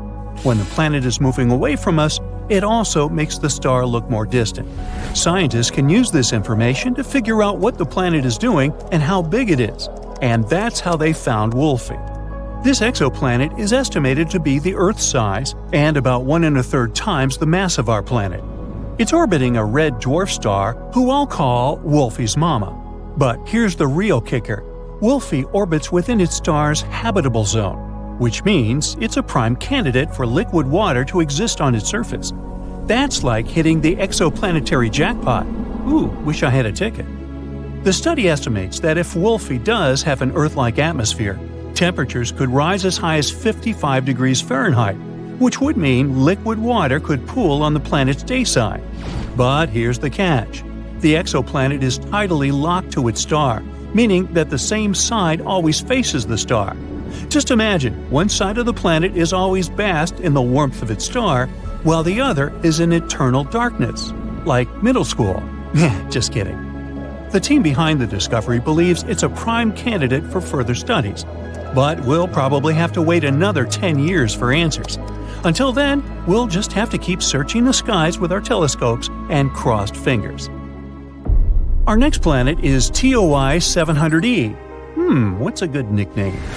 NASA has just discovered a new planet that's set to take the galaxies by storm, or shall we say by orbit. I'll nickname it Toys Were Us. It's almost the size of Earth, most likely has liquid water on its surface, and it's only 100 light-years away. We're not talking about a road trip, of course, but this is close enough in the grand scheme of things. Toys Were Us is the fourth planet in its system, and it's got a bit of a short orbit, just 28 days to circle its star. Well, at least you would have a birthday every month. Hooray! This time, the discovery was made using the transit method. Planets themselves are incredibly small and hard to detect. But when a planet is in front of its star, it blocks some of the light coming from it, making it look a little bit dimmer. As soon as the planet moves away, the star gets brighter again. So, to find the planet, scientists watch very carefully to see if the star's brightness changes. If it does, that means there's probably a planet playing hide-and-seek with us. And that's how they discovered Toys Were Us. The TESS mission discovered it. It discovered 66 new exoplanets and 2,100 more candidates waiting to be confirmed. TESS has been very busy creating imaging for 75% of the sky. Talk about efficiency. Toys Were Us is located in the optimistic habitable zone, between planets C and D, but it may be tidally locked, just like Wolfie, so we might have to settle for a one-sided water world. The discovery of Toys Were Us is a promising prospect for future follow-up observations, and it demonstrates the potential for TESS to find even smaller exoplanets in the future. Who knows? It may find a new home for humanity among the stars one day, or at least a new vacation spot. Next, we have twins GJ1002b and GJ1002c. The galaxy just got a little bit closer to us with the discovery of two exoplanets, which I'll nickname Hansel and Gretel, that are just a stone's throw away from our solar system. That's right, these two Earth-like planets are located less than 16 light-years away, which is just a hop, skip, and a jump in space terms. For comparison, Proxima Centauri b is the closest Earth-mass exoplanet at 4.2 light-years away. So, these two new neighbors are among the closest to us. They both orbit a red dwarf star with barely 1/8 the mass of the Sun. It's quite cool and faint, but that's okay, since both planets are very close to it. Hansel takes 10 days to orbit its star, while Gretel takes just over 21 days. Even more birthdays, I guess. The discovery was made by an international scientific team and was no small feat. The team had to work together with two instruments, espresso and Carmini's. The result? A cafe latte. Nah. What they got were measurements so accurate, you could practically count the number of craters on the planet's surfaces. The big deal is, the planets are located in the habitable zone of their star and are just the right size, making them excellent candidates for future atmospheric studies. The lead author says, "Nature seems bent on showing us that Earth-like planets are very common. With these two, we now know 7 in planetary systems quite near to the Sun." Who knew our neighbors could be so friendly? In conclusion, the discovery of Hansel and Gretel is a giant leap for humankind. So let's all raise a glass of H2O, or whatever they drink on exoplanets, and celebrate it. The last planet on our list is LP890-9c, which I'll call Bob. This super-Earth, located about 98 light-years away, is roughly 40% larger than our home planet. Moreover, it has a twin, which I'll nickname Ray, which is up to 75% larger than Earth. More space is always good, right? The two planets orbit around the red dwarf star. Unfortunately, Ray is quite hot to the touch, with an estimated temperature of 253 degrees Fahrenheit, so don't touch. Its sibling, Bob, is located in the habitable zone of its star, making it a prime candidate for the potential of life. But let's remember that the actual temperature of the planets depends on their atmospheres. It's possible that Bob, being the outermost planet, has a runaway greenhouse effect, making it more like Venus than Earth. So it might be too hot to be habitable at all. But let's not lose hope yet. The James Webb Space Telescope, launched in December 2021, is on the case. With its cutting-edge technology and powerful instruments, including spectrographs, it can peer into the atmospheres of exoplanets and reveal which ones might be habitable. So, let's see what it discovers. This planet has been listed as the second most favorable habitable zone terrestrial planet. Now it's on the list with 7 other Earth-like planets, all about 40 light-years away from us. Maybe they'll become our new homes in the future. Maybe we should fix the home we have. But until then, enjoy this moment and celebrate all these new discoveries. Who knows how many more planets we'll find in the future, considering how much technology develops each year? Thousands? Millions? Meanwhile, Bob and Ray, Hansel and Gretel, Toys R Us, Wolfie and her mama will all be out there waiting for us. For decades now, scientists have been discovering new planets outside our solar system. By 2023, we've found more than 5,000 of them, and many of these exoplanets could potentially even have life. Now, if you're ready for a wild ride through space, let's find out what potentially habitable planets we've discovered in the last few years. LP890-9b and LP890-9c. Buckle up because we're heading to LP890-9, a red dwarf star located a whopping 105 light-years away from Earth. This star is quite cool compared to our Sun, in terms of temperature, of course. It has a temperature of about 4,700 degrees Fahrenheit. Now, this little guy may be small, but is packed with surprises. For example, 2 exoplanets orbiting around it. Moreover, both of these planets are likely terrestrial, meaning they are rocky, just like Earth. First up, we have LP90-9b, which was discovered in 2022 using the TESS telescope and later confirmed by the Speculoos telescope.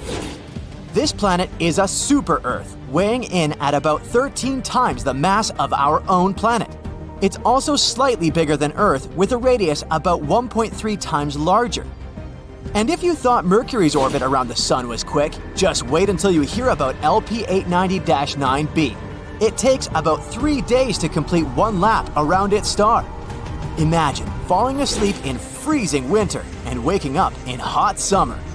But the real showstopper here is LP890-9c. This one was discovered by the Speculoos telescope. It's a bit further out from the star and takes a leisurely 2.5 times longer to orbit than LP890-9b. It's also a bit larger than Earth. But its real claim to fame is its location within the habitable zone of its star. That means it could potentially have liquid water on its surface and a climate suitable for life. Now this planet becomes a prime candidate for studying its atmosphere using the James Webb Space Telescope. But hold on. It's not all sunshine and rainbows for LP890-9c. It's also really close to its star, meaning it's full of radiation that could potentially make it less habitable. And to top it off, it's tidally locked, just like our moon. That means one side of the planet is always facing the star and is incredibly hot, while the other is always in the dark and really cold.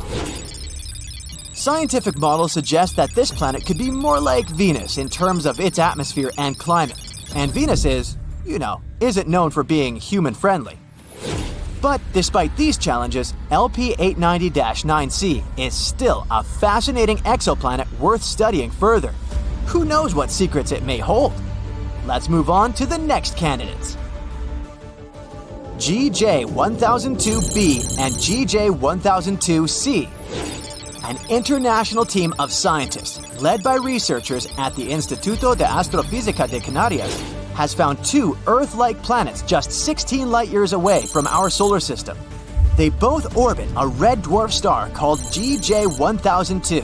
Our Sun is a yellow dwarf, which means that GJ1002 is much cooler and fainter than our own Sun. But that's okay. Both planets are very close to its star, so it shouldn't be too cold or dark on them. These planets, called GJ1002b and GJ1002c, are both in the habitability zone of their star, meaning they could potentially support life. Also, both of them have masses similar to that of Earth.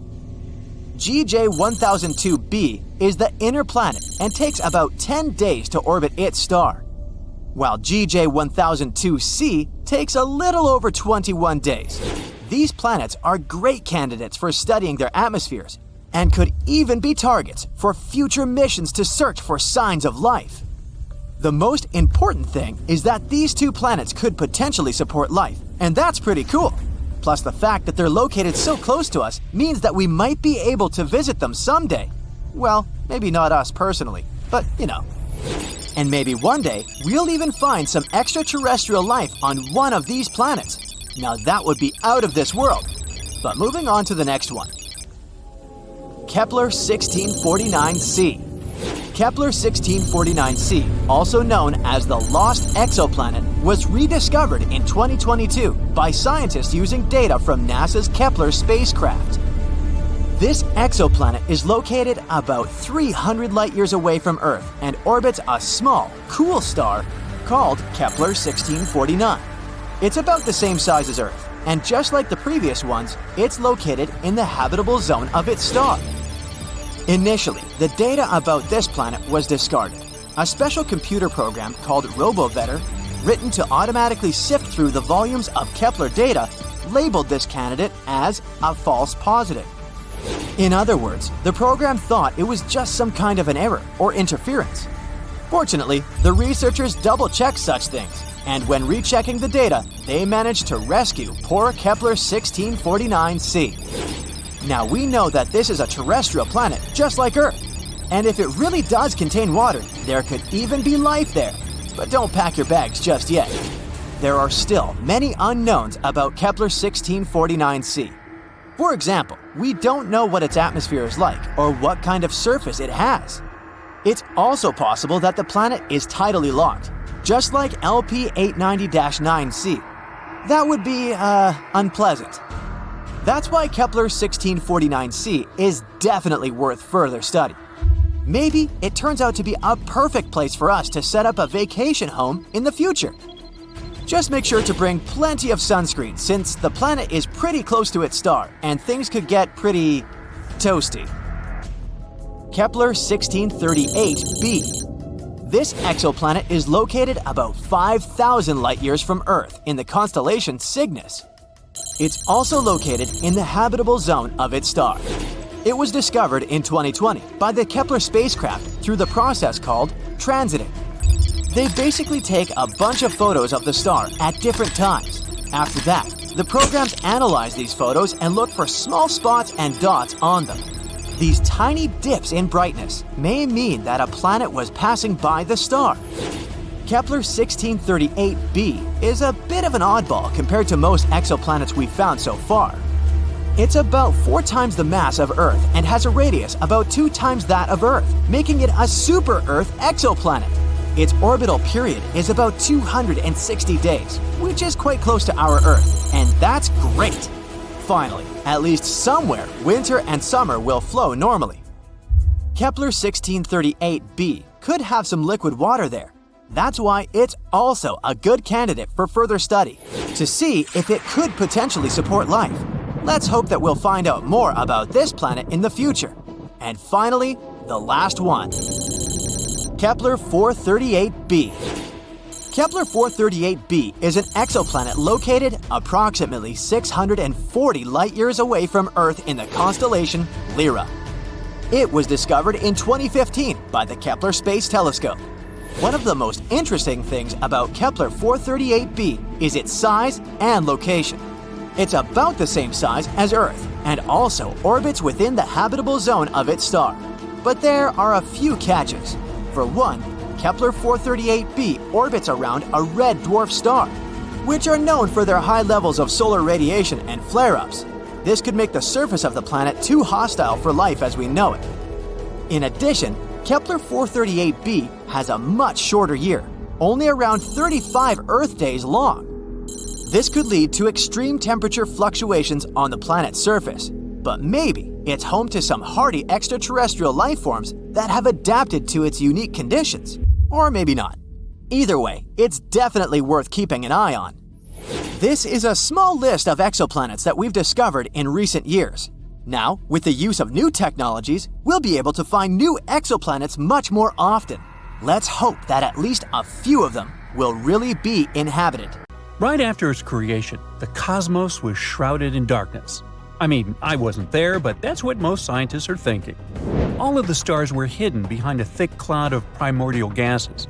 Then, all of a sudden, something cleared up this fog, and the universe started shining as it finally woke up. But how did this happen? 8 faint, recently discovered galaxies might hold the answer. The Big Bang created our world around 13.8 billion years ago. At first, it was just a super hot and chaotic boiling soup of particles. But over time, things cooled down, and particles could finally stick to each other. That's how the atoms appeared. Some helium, but mostly hydrogen, the very first element. And these first elements started creating thick gas clouds, which were very opaque. Then the first stars started forming. They were incredibly bright, emitting lots of light, including ultraviolet radiation. But even though these stars were shining, much of their light couldn't travel far because of that nasty hydrogen fog. The gas clouds absorbed and scattered any little light particles around. It was like the light was trapped around the stars. The Dark Ages lasted for hundreds of millions of years. Then, everything changed. Recently, the James Webb Space Telescope has spotted ancient dwarf galaxies from that epoch. Turns out, they're the ones we should be thanking for lighting up the universe. Back then, they were filled with early stars. These stars emitted tons of radiation that was so powerful that it managed not to just overcome, but break apart the hydrogen atoms in the fog. It turned them into charged particles, like particles that carry a little bit of electricity, called ions. Little by little, the fog was cleared away. This process of clearing out the fog is called reionization, and this beautiful time is known as the epoch of reionization. Finally, the light was able to travel to all corners of the universe, which was a game changer, just like humans' Age of Enlightenment. To find these little igniters, astronomers used a technique called gravitational lensing. Imagine light traveling through space like a straight beam. But just like everything in our world, even time, light obeys gravity. If it's too strong, it'll literally bend the light beams.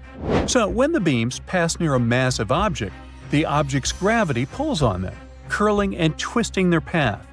That's why black holes look so creepy, as they stretch stars and space around them like some whirlpools. But it's not that creepy. A regular glass or magnifying glass does something similar, hence the name gravitational lensing.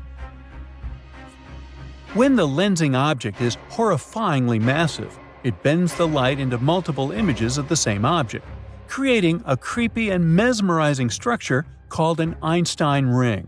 But if it's not that big, then the bending is less dramatic, and it just slightly distorts the shape of the background object, making it look kinda stretched. Gravitational lensing also helps scientists study things like the spooky dark matter. If the light looks stretched, and it's not just because of some obvious massive objects nearby, then it might be something invisible and heavy bending it. Since these 8 galaxies were too faint, no wonder they're almost as old as my unread emails. Scientists had to use these gravity tricks to observe them. The team studied light from galaxies that are over 13 billion years old. Finally, they focused on a galaxy cluster called Abell 2744, also known as Pandora's Cluster. And these findings helped them understand how even little fellas played a huge role in transforming the early universe. The James Webb Telescope is an incredible tool, and soon it might help us look at even earlier times, at the cosmic dawn, when the universe was only several millions of years old. Another great tool, called the Roman Space Telescope, is going to help it. It's also possible that these galaxies weren't the only helpers in this entire saga. These early massive stars were absolutely terrifying.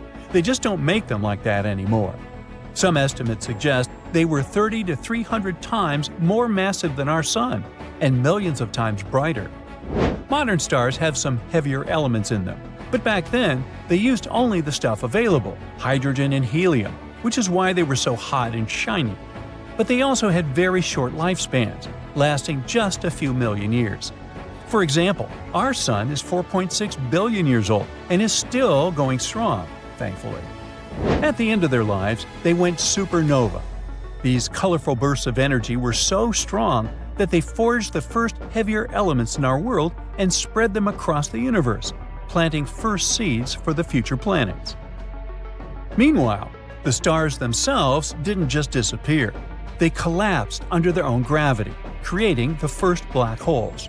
Now, the black holes are also known for producing insane amounts of radiation, so it's possible that they might have helped speed up the clearing of the fog. Ironically, they help the universe shine brighter while sucking up the light at the same time. Recent discoveries show that black holes might be much older than we used to believe. They probably helped new stars and galaxies form. They were millions or even billions of times the mass of the Sun. The James Webb Telescope has already found a pair of early quasars. That's what we call the bright centers of galaxies powered by supermassive black holes. It's a curious pair of quasars that are merging just 900 million years after the Big Bang. This might be the earliest and most distant pair of merging quasars ever found. The telescope has also been studying things that are called cosmic lighthouses.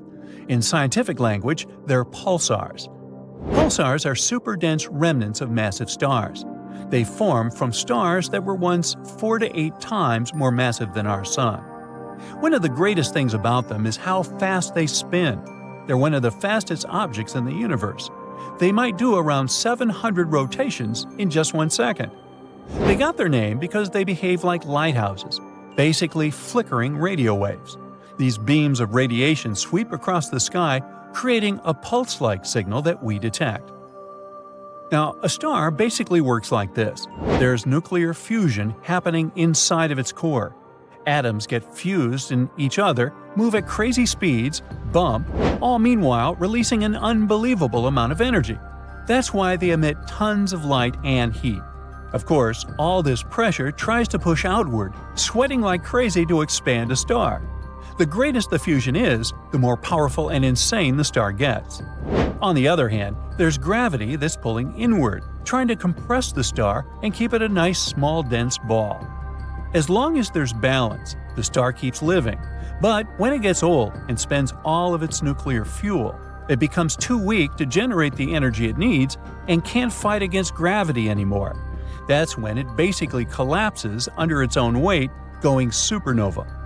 What's left behind is the star's core, but now it's crushed down to an incredibly small size, about 12 to 17 miles across. It's roughly the size of a city. This dense core is known as a neutron star. The material in a neutron star is so dense that just a teaspoon of it would weigh as much as 4 billion tons, like 10,000 Empire State Buildings. And all this collapse sets off a trigger, causing the neutron star to spin super fast, creating a pulsar. It's kind of like when an ice skater spins faster when they pull their arms in. Pulsars often have a smaller star friend orbiting them, although it's not always a friendly relationship. Not long ago, astronomers discovered a pulsar that was surrounded by lots of energetic material for some reason. They realized that all this material was the remnants of another much larger star. Turns out, the pulsar had been slowly destroying its friend with its terrifying radiation and particles until it basically ate the neighbor away. It's similar to how a black widow spider consumes its mate. So, systems like this were called black widow pulsars. In any case, these lighthouses most likely help the reionization process as well. A long time ago, they could be very energetic stars in small galaxies and could emit enough radiation to transform the early universe. The James Webb Telescope's mission is to find more of these lighthouses and see what role they played in the universe's evolution.